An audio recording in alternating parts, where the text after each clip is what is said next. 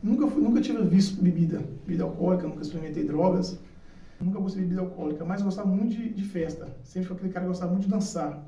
E somente ele pode nos dar a vida eterna. Comecei a cantar com meu irmão, nós fomos envolvidos na obra, na banda, na igreja.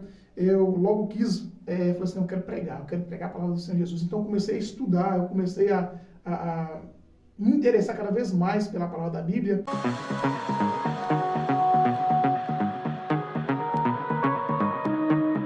Que a graça e a paz do Senhor estejam com você aí que acompanha o nosso Podsaja Gospel. Hoje, mais uma vez, estamos no ar com o nosso podcast. O convidado de hoje é o nosso amigo Alex Pereira, conhecido aqui na cidade, cabeleireiro, pai, esposo, né? Isso mesmo. Seja bem-vindo ao nosso podcast, fique à vontade. É um prazer estar aqui com vocês.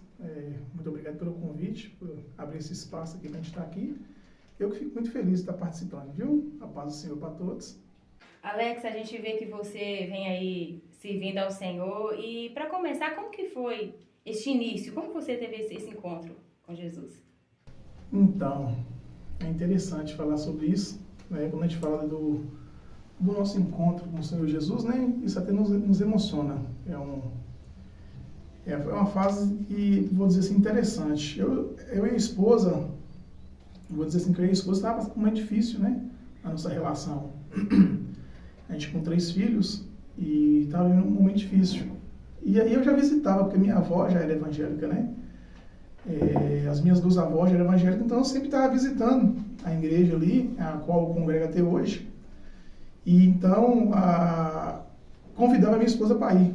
E na verdade a minha esposa não acreditava muito, não gostava. Um tempo ela foi da presbiteriana, depois ela saiu. Mas aí eu comecei a visitar, né? Começando a visitar, e com a visitação, minha esposa foi também. Aceitamos Jesus ali, né? E começamos a trajetória, né? Caminhando ali, no mesmo lugar onde estou hoje, né? Que é a Assembleia de Deus Cadeias. E graças a Deus, estamos rompendo devagarzinho, né? Fazendo a obra do Senhor Jesus.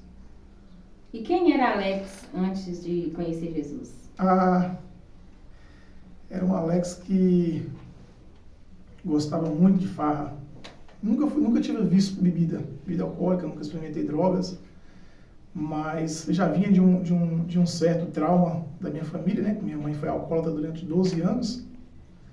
Então já tinha um certo trauma. Nunca gostei de bebida alcoólica, mas eu gostava muito de festa. Sempre fui aquele cara que gostava muito de dançar. Sempre fui mais apaixonado por dança. Forró, quando era a época de São João, em Santo Antônio de Jacinto, eu chegava lá às 5 da tarde, vou dizer assim, saía quando estava varrendo a poeira lá. E apaixonado por capoeira, né? Eu era apaixonado por capoeira, comecei a jogar capoeira com meus 8 anos de idade, se não me falha a memória. Acredito que até os 21, 22 anos continuei jogando capoeira, participei de vários campeonatos. Me destacava, então gostava muito. Então era esse Alex. Gostava de festa longe e tudo mais, essas coisas, né? Coisas da vida, do mundo, né? Como você vê hoje a situação em questão de jovens na presença do Senhor? Eu sempre converso com os meus filhos a respeito disso, né? A respeito do jovem na igreja. Porque a gente vê alguns ministérios não tem assim algo que chama o jovem, né? Que dá ali algo para o jovem estar focado ali. E a gente sempre fala que o jovem ele precisa de alguma coisa que venha atrair, né? Lógico. Primeiro é a palavra. O que tem que ser atraído pela palavra. A gente lembra de João Batista quando estava no deserto, né? Quando estava ali pregando, ali falando, ele dizia que ele era apenas uma voz. E o que atraía as pessoas até João era aquela voz, era a palavra de Deus. Então, o que tem que atrair o jovem são a palavra. Mas o jovem quer alguma coisa a mais. Né? Nós, quando estamos adultos, que a gente conhece a palavra, conhece o caminhar, nós já sabemos que somente a palavra basta. Mas o jovem quer alguma coisa a mais. Né? Nós, quando estamos adultos, que a gente conhece a palavra, conhece o caminhar, nós já sabemos que somente a palavra basta. Mas os jovens querem ser atraídos por alguma coisa que venha atrair a atenção deles. Os jovens estão em movimento. Os jovens estão sempre aprendendo. A curiosidade das coisas, do desenvolvimento dessas coisas. Então o jovem quer isso. Eles querem isso que está em movimento, essa curiosidade. Então assim, a gente precisa de projetos, tem que ter projetos, né? para que venha atrair os jovens. Então, eu repito, primeiro é a palavra, sempre é a palavra. Mas para o jovem, ele precisa ser atraído por alguma coisa, né? Uma reunião de jovens, um congresso de jovens, algo que venha chamar a atenção dos jovens. Em questão de comunhão, né? Os jovens estão ligados na mesma Exatamente. comunhão, não só dentro da igreja, mas fazendo uma amizade. Porque Isso. quando o jovem ele tem amigos na igreja, não tem por que ele procurar a amizade lá fora. Exatamente. No mundo. Então não é só um encontro na igreja, é ter uma comunhão. É a comunhão. Então é esse tipo de projeto que eu falo, né? Sobre isso que eu falo. Esse tipo de projeto, quando os jovens eles se unem, né? Eles começam a criar coisas. Então, assim, cabe também à liderança criar, né? Essa comunhão entre os jovens lá dentro da igreja. Um exemplo aqui, vou citar alguns exemplos só para poder ser mais esclarecido. Um estudo com a palavra, por exemplo. Dá ao jovem, um dos jovens que se destaca ali, a liderança de comandar aqueles outros jovens, criando um grupo de estudos, né? É uma coisa que eu acho que chama a atenção. E é uma coisa que vem trazer lazer para esses jovens, né? E isso tudo envolvido na palavra. Tudo isso baseado na palavra. A palavra é a base de tudo, é a estrutura de tudo é a palavra de Deus. Então, dessa forma que eu acredito. É isso aí. E na sua juventude, assim, você imaginava um dia estar na presença do Senhor? Já tinha esse desejo? Não imaginava. Até mesmo, como eu disse, né? A gente acaba sendo influenciado pelas coisas deste mundo, né? As festas, as amizades do mundo não te dá espaço para você buscar as coisas de Deus. Porque sempre que você procura, talvez você querer buscar alguma coisa dentro da igreja, na palavra de Deus, você está sendo envolvido com os outros colegas ali que frequentam as coisas do mundo, que vivem as coisas do mundo, e aí você acaba não criando, como é que fala, não buscando, não tendo interesse, né? Não tendo curiosidade e geralmente a gente vai, quando a gente se passa por uma situação difícil, né? Geralmente. Ou quando você tem a oportunidade de ter alguém que está lá dentro, que tem o conhecimento da palavra, que te traz até você a palavra, que te dá atenção, né? Que traz até você a palavra, você ter conhecimento, você criar aquela curiosidade de estar buscando. Mas de nós mesmos, nós não temos força, nós não temos vontade de buscar as coisas de Deus. Então, é pelo Espírito. O que foi? Como que as pessoas reagiram quando, de repente, você se converte ao Senhor? Porque tem essa mania, né? De achar, não vai durar muito tempo, é só um momento, né? Outra coisa que é interessante, que são os nossos próprios amigos, aqueles que estavam na farra com a gente, que eles vão dizer, que nada, mas isso é só uma coisa momentânea, isso aí, você tá, nada. Ou então, a mulher que está fazendo isso com você, né?